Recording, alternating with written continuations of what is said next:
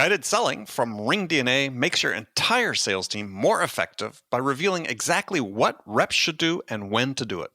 Guided selling works by transforming sales data into a curated list of prioritized sales actions. So when reps start their day, they'll never again wonder which prospects and accounts or hot inbound leads to reach out to next.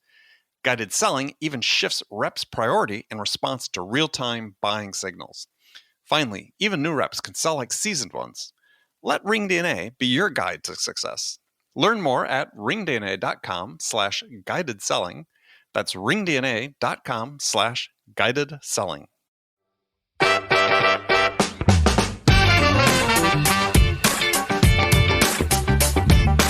I was really proud of what we had, but according to the analysts, we didn't have the complete solution. And that was kind of an interesting dynamic because, I didn't frankly want to get into the ad business by myself.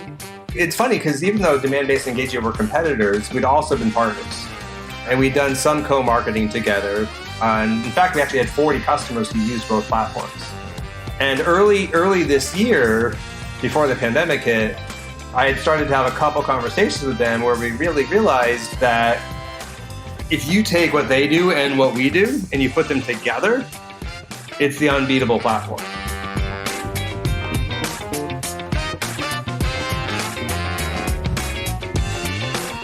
Hi, friends. Welcome to the Sales Enablement Podcast. I'm your host, Andy Paul. Now, that was Jon Miller. Jon's the CPO at Demandbase, and previously, you may know him as the co-founder at Engagio and Marketo. And in this episode, I talk with Jon about his journey and about how he went from being a physics major at Harvard to playing a very significant role in creating two large product categories. First, to talk about how as a co-founder at Marketo, he helped transform marketing automation. And then as a founder of Engagio, how he's helped drive the whole account-based marketing phenomenon. We're also going to dig into what Jon sees will be the next big market opportunity or transformation in marketing and sales. So stick around. You want to check this out. Before we get to Jon, I want to remind you to subscribe to this podcast wherever you listen to it. And if you subscribe, we'd certainly appreciate it if you could also give us your feedback about how we're doing in the form of a review. So thank you. All right, let's jump into it with Jon. Jon Miller, welcome back to the show. Hey, glad to be here. I think it's been almost 4 years since we... No, seriously? Since we last had you on the show. Yeah, 4 years. It seems like, unfortunately, it seems like yesterday. Of course, everything sort of got stretched out, I guess, with the pandemic. But I guess it compressed all the time before that. So, gosh, congratulations on the acquisition. Yeah, well, thank you. Yeah, it's been a whirlwind 2 months since we kind of announced it. I'm really happy with how well things are coming together so far. I'm sure we'll talk a little bit about that. Yeah, we're going to talk about that. So we'll keep people in suspense about if they didn't know what the acquisition we're talking about until just a few minutes down the road. So yeah, you've been at the forefront of sort of creating two categories, significant categories in marketing and sales. Marketing automation, account-based marketing or account-based everything as that was the subject of our last talk. So first question is, how does a physics major from Harvard end up in marketing and sales and then creating these two revolutions? Yeah, well, I think the direct connection to physics really just comes from the fact that, marketing is increasingly as much about science as it is about art. And and that's driven by just the massive amounts of data that are available now. And frankly, the increasing number of options of ways that we have to kind of interact with customers and prospects. And so the best marketers today really do balance both sides of that equation. Data for targeting and measurement, as well as creativity for kind of connecting to people's hearts and minds. Mm-hmm. So that's kind of the physics connection. Into marketing. It's funny. I've just always been passionate about trying to find ways to help companies just market better using both data and technology. Mm-hmm. I ended up, pretty soon out of college, I worked at a company that spun off a marketing tech called Exchange, which that went on to be the leading marketing technology of like the mid-90s. I kind of leveraged that experience after business school to land a job at a company called Epiphany, which went on to be probably the leading marketing technology in the internet bubble. Oh yeah. I mean, everybody they sort of. I remember them as Epiphany. When they added that dot to the name, that was like $1 billion increase in the valuation back at the time. Was it really? Oh yeah, everything was E dot something or whatever. It's pretty crazy. And then we took the dot away after the internet bubble crashed. Right. Anyway, so Epiphany, we sold. I was Epiphany for a little over 7 years, and we sold that in 2005, and that's when Phil Fernandez and I started Marketo. And we really saw that there was a big need for technologies like what Epiphany was selling, but that software as a service enabled a new way of delivering it to marketers that was much more aligned with how marketers buy stuff. So Epiphany was on-prem based. Yeah, exactly. And it was like $250,000 minimum to buy the software, and that's not how marketers shop, right? Marketers buy trade shows and AdWords and print runs and things like that. And so software as a service let us sell powerful software in a way that was much more aligned with how marketers buy stuff. And I think that's really what unlocked the software as a service or the MarTech opportunity. Right. It was kind of how we aligned those things. Well, that was required sort of a change in behavior, though, on the part of the buyers, right? I mean, so what was sort of the initial reaction among marketing people and when you hit them with Marketo after they've been accustomed to Epiphany and other offerings? I mean, it was exciting. I mean, I think was the short answer. I mean, The thing that was a little interesting about it was they had gotten used to being able to buy email from kind of more on a subscription basis because there were tools like MailChimp and stuff like that. And so there was definitely a group of customers that saw what they saw in Marketo was, email on steroids. Mm-hmm. And so there was that. You had that vector, which it wasn't quite as different. I think the other factor you had going on, which is it's just weird to think about. I mean, what we're talking about is like 2005, 2006. Sure. Marketers were really just beginning to do online lead generation. I mean, Google AdWords really only got started in 2002, right?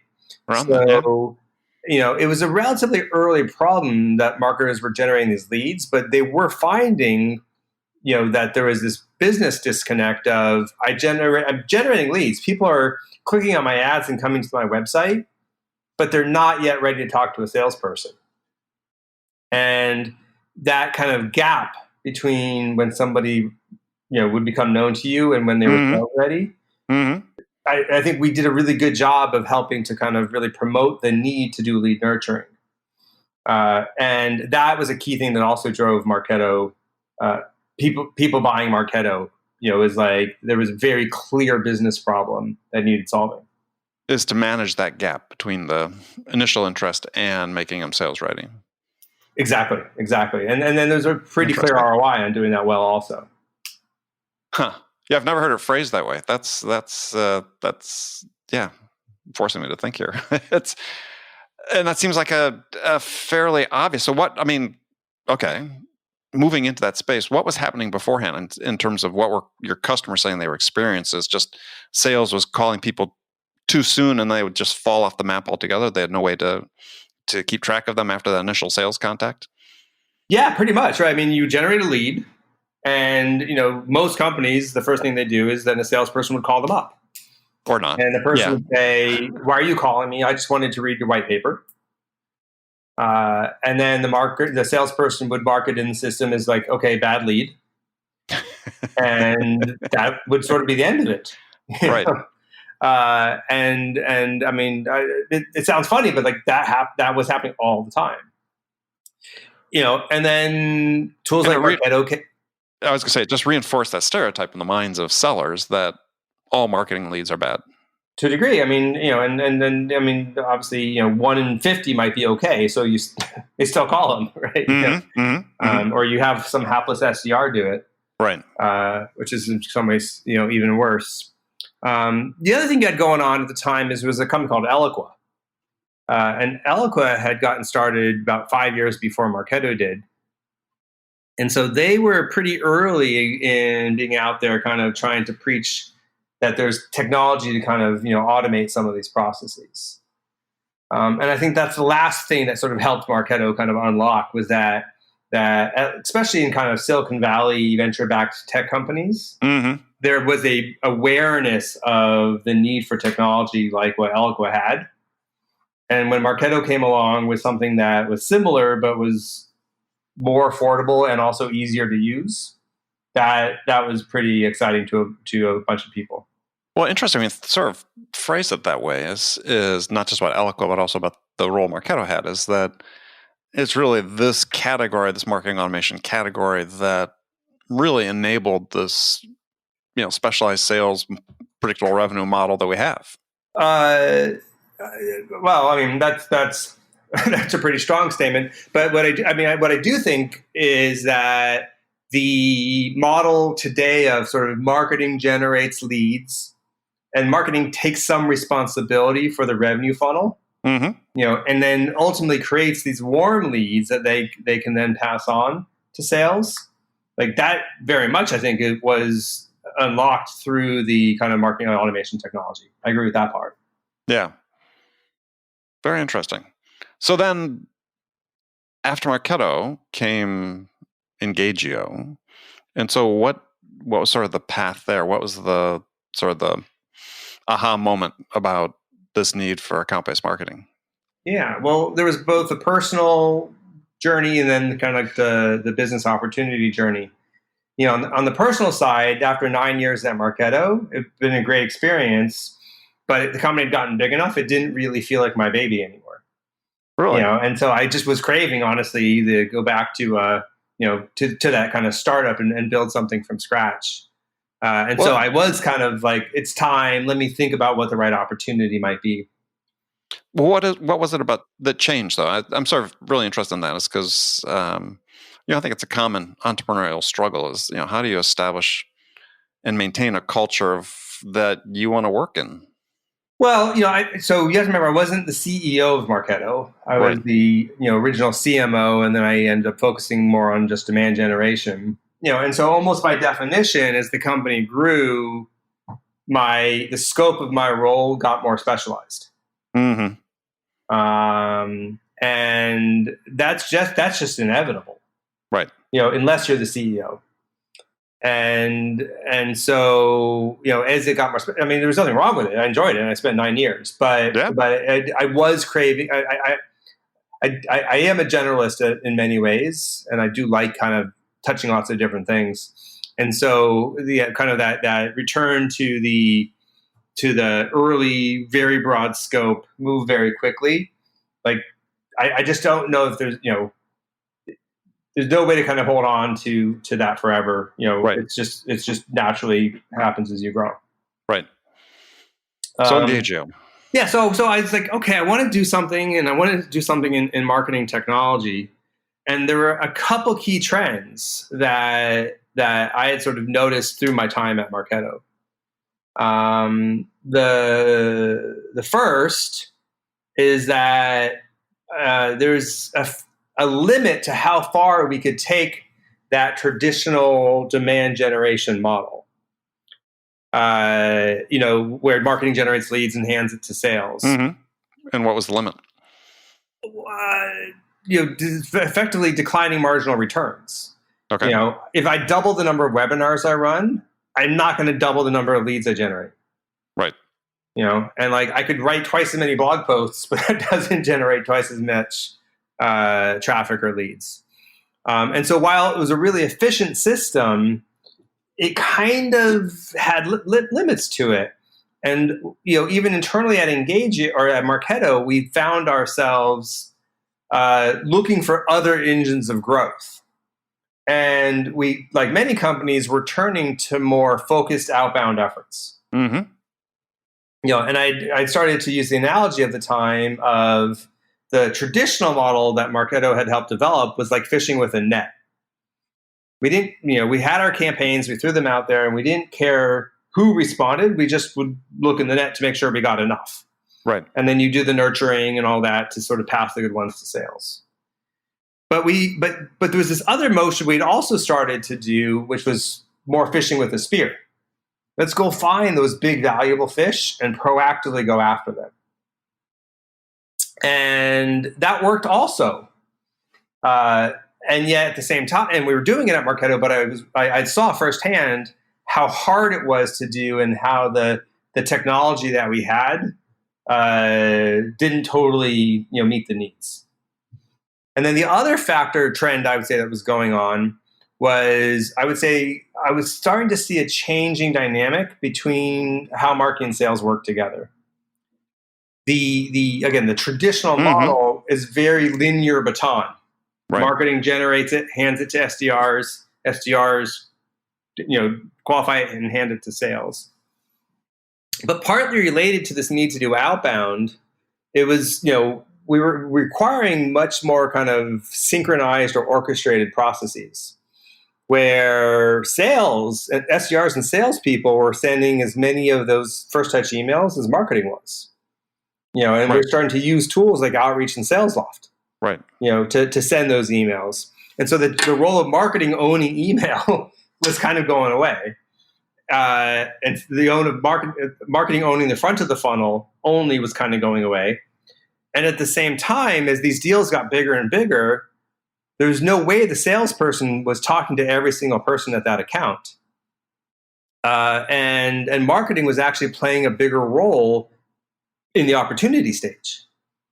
Right. Because again, the traditional model, you turn marketing off when the opportunity gets created. And here we were like, no, we should advertise to the people. We could keep advertising that account and make sure we're like nurturing all these relationships for people who aren't directly part of the buying committee, but are still influencers. Mm-hmm. So that linear baton handoff was falling apart. And so it was those two key trends. I was like, okay, there's a need for another kind of technology platform. And it's funny, initially I called it narrow funnel marketing, but very, very, very quickly realized that this was basically what people were calling account-based marketing, like these concepts. And so, almost immediately I'm like, okay, this is an account-based marketing technology, an account-based marketing company. And so that was 2015. Engagio actually got started on Pi Day, so 31415. Mm-hmm. Or March 14th, 2015. And, I think partly because I, with my Marketo experience, had leaned in hard in ABM, I think that helped put more spotlight on the technology, on the concept. Mm-hmm. And you can really see ABM as an idea taking off in 2015. Before then, it had sort of been this idea that mostly Demandbase was out there talking about. Mm-hmm. And pushing. So 5 years of Engagio, we sort of, we're building it out with a very kind of unique point of view. So what was that? Oh, well, so, and this bit gets to the Demandbase merger, mm-hmm. a little bit that we hinted to earlier. Traditionally Demandbase, and I would say as well as Terminus and Sixth Sense, which are the other kind of large ABM players, to a degree, Rollworks as well. Right. I would say had a primarily advertising-centric approach to ABM. And there's a machine learning behind it. So let's use machine learning to identify the accounts that are going to be most interesting or perhaps in market for our solutions.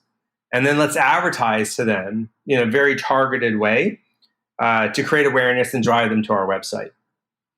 And that's a flavor of ABM, kind of digital it's ABM.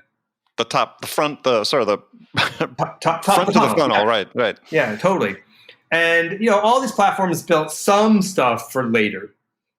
Maybe you alert the salesperson if one of their accounts hits the website. That kind of stuff. Mm-hmm. Or maybe you do website personalization, so when they come to the website, they get a slightly different experience. At Engagio, we had taken with the Marketo background, a much more marketing automation-centric approach to building ABM. And that meant, first and foremost, solving the pains that I'd had at Marketo trying to do this stuff, which was really a data and integration challenge, first off. Marketo and the other marketing automation tools are people-centric systems. Literally at the time, you'd log into Marketo and it was called the lead database. You'd make a list of leads of people. Right. And similarly, Salesforce has always had this interesting disconnect where leads in Salesforce don't roll up to accounts. They're kind of like an independent object. Right. Contacts do, but leads don't. Right. And that creates a real challenge if you want to be account centric, because effectively a bunch of your important data doesn't connect to the account. Like all your Marketo stuff doesn't roll up to the account, all your lead stuff doesn't roll up to the account. And then when you think about things, like just the data that sits in your email and your calendar system, right? The emails that are going back and forth with your accounts, right? That's all email based. It doesn't roll up to the account, et cetera. And so when I was at Marketo trying to do this stuff, and I was trying to both target accounts and manage campaigns and measure the results, it was really hard and manual because none of the data connected the way I needed it to. Nothing integrated. So that's what we solved at Engagio first, is really building that integrated, we called it the foundation, your account foundation. Pull all that data together, match everything to the right account, and then make your Marketo and your Salesforce better because we're then able to push that account-centric lens back into the existing tools. Right. And then on top of that, we built really robust measurement capabilities. So that way you could know if your ABM efforts were working. Because with ABM, it's not about how many leads do I generate. It's, am I engaging with the right people at the right accounts? So you need to measure it a different way. Mm-hmm. And then lastly, we built out orchestration and sales functionality. So that way we could start to actually coordinate these actions between what marketing wants to do and what sales wants to do. Not that linear baton handoff, but kind of that more soccer team passing the ball back and forth. So that's what Engagio had built out, which was really interesting, but we didn't do the ad stuff or the predictive machine learning stuff. Right, like 6 Sense does, right? Or Demandbase did. Or Demandbase, for example. And so I think I was really proud of what we had, but according to the analysts, we didn't have the complete solution. And that was, kind of an interesting dynamic because, I didn't frankly want to get into the, ad business by myself, if you will. Right. So, maybe to segue then into the acquisition with Demandbase, it's funny because even though Demandbase and Engagio were competitors, we'd also been partners. And we'd done some co-marketing together. And in fact, we actually had 40 customers who used both platforms. And early this year, before the pandemic hit, I had started to have a couple conversations with them where we really realized that if you take what they do and what we do and you put them together, it's the unbeatable platform.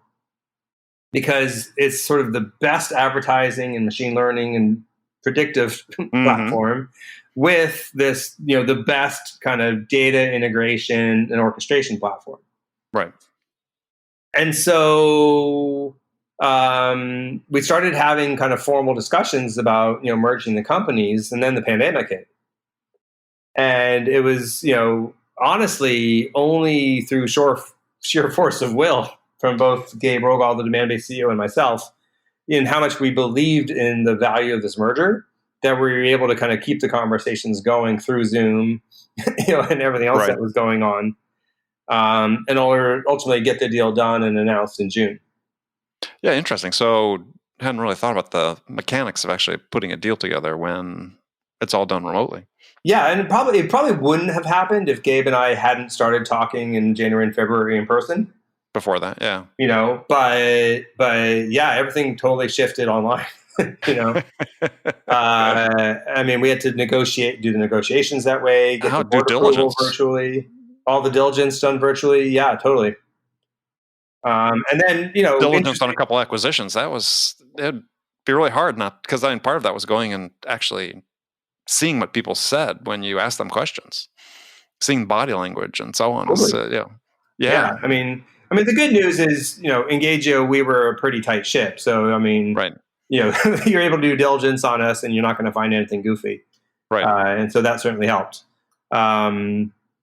The other thing that's been interesting is then in the last 2 months, I had to join a new company and assimilate into a company totally virtually. And if you think back to my life journey, I told you a little bit earlier, I actually haven't started a new job since 1999. Because working for somebody else, yeah. Yeah, exactly. Because Marketo I started and then Engagio I started. So it'd been over 20 years before I even had to fit into an existing company. And then in this case, I had to do it entirely over Zoom as well. So that's been interesting. Yeah, I can somewhat identify. I mean, I've worked for myself for 20 years and my podcast was acquired in February, right before the shutdown. And doing the same thing. Yeah, integrating with the team at Ring DNA through Zoom. Yep. Well, but the good news is it works pretty well. It does, surprisingly, yeah. So what's the next revolution for Jon Miller? Well, I mean, right now, as I alluded to at the beginning, we are moving like the wind to bring these platforms together.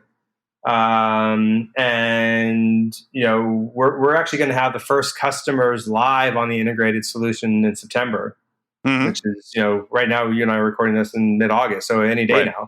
Right. And then we think we'll have the integrated GA, the GA of the integrated solution in Q4. So, what's next for me is bring these things together. And then, I really do believe that this will be the dominant ABM platform. And it's fun when you're in a kind of semi-hot emerging category with the best solution. Yeah. And so, at least a couple of years of continuing to build and sell and I think ultimately dominate the ABM category. That's what's next. All right. Well, let me phrase the question differently then. So in your mind, as you look out and scan sort of the horizon, is what do you see as the big sort of, I don't call them pain points, but opportunities for evolution? Yeah. Okay. Yeah. Within B2B marketing and B2B sales? Well, I think we've just barely begun to scratch that changing nature between marketing and sales that I alluded to earlier. Kind of that move from a baton pass to a soccer team. Right. Where there's so many interesting integrated campaigns you can do when you sort of think about, I want to go after this account. And so I want to open the door by sending a direct mail package. But I want the sales rep to write a customized note that I'm going to insert in the package before it goes. When the package shows up, I need an SDR to reach out in a personalized way. And I'm at the same time, I'm running a personalized ad campaign with personalized content from marketing, supporting that whole initiative. That kind of integrated play is incredibly powerful for doing that kind of spearfishing. But Just think about how many moving parts you have to coordinate to kind of make it work. Is there something that's involved with just, rethinking marketing and sales and the whole function behind it? I mean, I was talking to someone a while ago and they were saying, well, you look at it as, basically when you combine those two, you've got two functions. You've got acquire and retain. Yeah. And why don't we align people that way? And just forget this whole sales marketing thing. You're either in acquisition or you're in retention. I mean, it's an interesting thought philosophy. I think my personal belief and experience is that it doesn't really work because of the realities of people. For one hand, a phrase I always like to talk about is, sales is from Mars and marketing is from Venus. You kind of need each other, but you end up thinking about the world very, very differently. People get into marketing versus sales with different backgrounds, different experiences, different skill sets, frankly, different views of the world and different motivations. So the first piece is I just think you just have very different functions doing, thinking about the world differently. At Marketo at one point, we tried having a single revenue department. We actually hired a chief revenue officer who had 6 direct reports. The head of enterprise sales, the head of mid-market sales, the head of EMEA sales. the head of demand generation, the head of corporate communications, and the head of product marketing. So there was no CMO and no head of sales. There was just this one chief revenue officer. And it didn't work great. Is I think the lesson, I was waiting for the punchline, right? The lesson learned. I mean, I think you need, it's really important to have, I think, a marketing leader and a sales leader. Well, it brings up, it's just an interesting challenge, because it's at some point something's going to have to change, and it's like, when do we start the change? I think that my impression is that, it's just we have a hard time thinking about it, because it's always the way it's been, right? And when we think people have these different personalities, but I think that if you rethink the jobs, people's expectations over time change, and they wouldn't necessarily come in with the same mindsets they do today. It's just going to be this period of transition that has to happen. I mean, maybe you're thinking about it more visionary, in a more visionary way than I am. I guess I'm a little bit more on you do have let me go back to the soccer team analogy, maybe. Yeah, I'm a huge soccer fan. Yeah. So. You've got forwards and you've got fullbacks. Mm-hmm. And those players have slightly different skill sets. And they kind of play different roles, but they can still operate as a single team. And they pass the ball back and forth. Exactly. I think if I used American football, it's an even better analogy, right? Because obviously the wide receivers and the linemen are very different from each other. Well, the trouble with American football, though, is you have offense and defense. Totally, right. The nice thing about soccer is that it plays on both. The same team plays both ways. Yeah. Yeah, but even just on offense, as I said, linemen and wide receivers, totally different, literally genetics. And you kind of need both on a team, but they have to find a way to work together as a team. So I guess I'm not against a single revenue team per se, if you can find the ways to kind of get everything to work. Like we might move it, that I could imagine moving in that direction over time. But it just needs more process, more technology, a lot of things that kind of don't really exist today. So I think, so that's an area of that I'm thinking a lot about, kind of as a marketing and sales technology trend. Another more opportunity. Right. I think that. Oh, go ahead. You had a question? Well, yeah, questions for you. I just want to throw this out there. So one thing I spent a lot of time thinking about is this idea of seller productivity, and I talk about productivity in a conventional productivity sense, as dollars of whatever, dollars of output, or say rate of output, per unit of investment. And in this case, dollars of revenue generated per hour of actual selling time. And so, how effective are sellers in the interactions with buyers, or in person or virtually or whatever? And I was talking to someone recently who's doing some research into this, and I put the case to him. I said, well, my gut feel is that this unit of productivity, I mean, sellers' ability to generate revenue per hour sales time, hasn't substantially changed over the last 3 or 4 decades, despite all this increase in technology into business in general, but sales as well. And I was wondering whether we've sort of reached a limit in terms of what our technologies can do to improve that. Meaning that what's left and what we're sort of struggling with is, how do we just make people better at sort of the human elements of sales, which is really sort of seem like this gating item for us right now. I'm just wondering how you think about that. I think it's a really interesting question. Kind of first off, back at Marketo, one of the things that we were sort of proud of the fact was that our sellers actually carried a decent chunk higher quota than your typical SaaS sellers. Our reps usually were, kind of our typical mid-market rep was carrying 1.2 million a year. What I'd say industry average is more like 800 or something for kind of a even lower perhaps. Yeah, maybe even lower for a comparably paid rep. And our hypothesis at the time was, look at this amazing revenue engine we built that's powered by our own technology, where our sales reps don't do any prospecting themselves. They are only getting fed this steady supply of warm and hot leads. And that's what enables them to be so productive that they carry this high quota. I've come to learn over the years that what Marketo actually had was amazing product market fit. And, that amazing product market fit combined with good sales and marketing execution is what enabled us to have such great sales productivity. Exactly. And so, that's just a long way of sort of saying, I kind of agree with your premise, right? That, with the exception of companies that have ridiculous product market fit, we have not seen a step function change in sales productivity. Yeah. Yeah. I mean, I don't have an answer for it. That's why I'm asking the question, because I think if you look at productivity in general, the impact of technology on productivity in the economy in general, is it basically peaked after the introduction of email.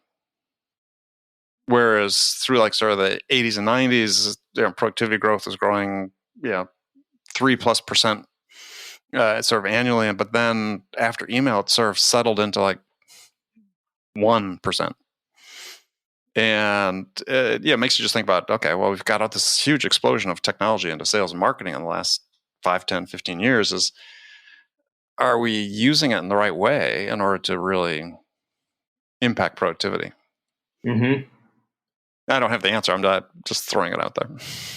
Well, I mean, I think, this gets away from my world, of expertise as well. But, it is interesting that you've seen a rise in so many kind of sales enablement tools, in the last few years. I'm talking about Seismic and HighSpot and, stuff like that. Right.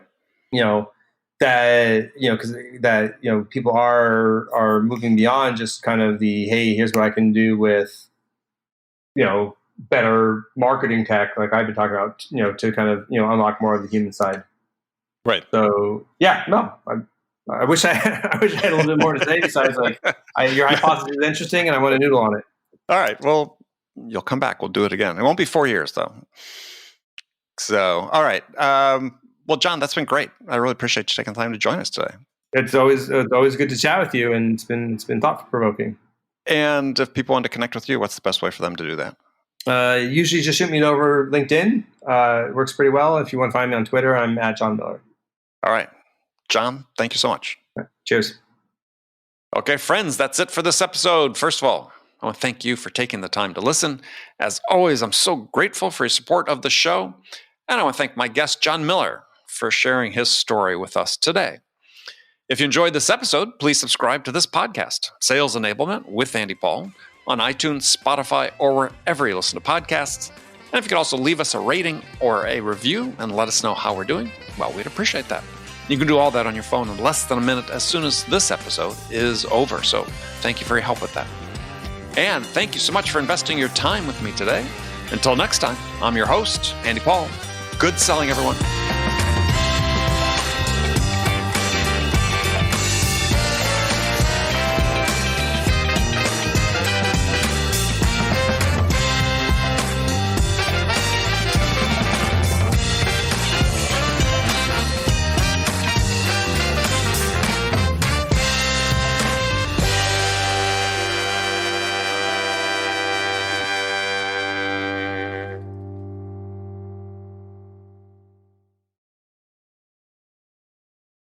RingDNA is the leading sales enablement platform that uses AI to help scale business growth.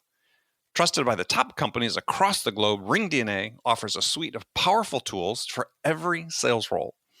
The RingDNA Dialer radically improves sales productivity and call connection rates, while guided selling helps reps know exactly what to do and when to do it. Conversation AI uses artificial intelligence to surface the most impactful coaching opportunities in real time. So, no matter where your team is working from, the RingDNA platform can help them exponentially increase call connections, opportunities, and revenue. Learn more at ringdna.com/platform. That's ringdna.com/platform.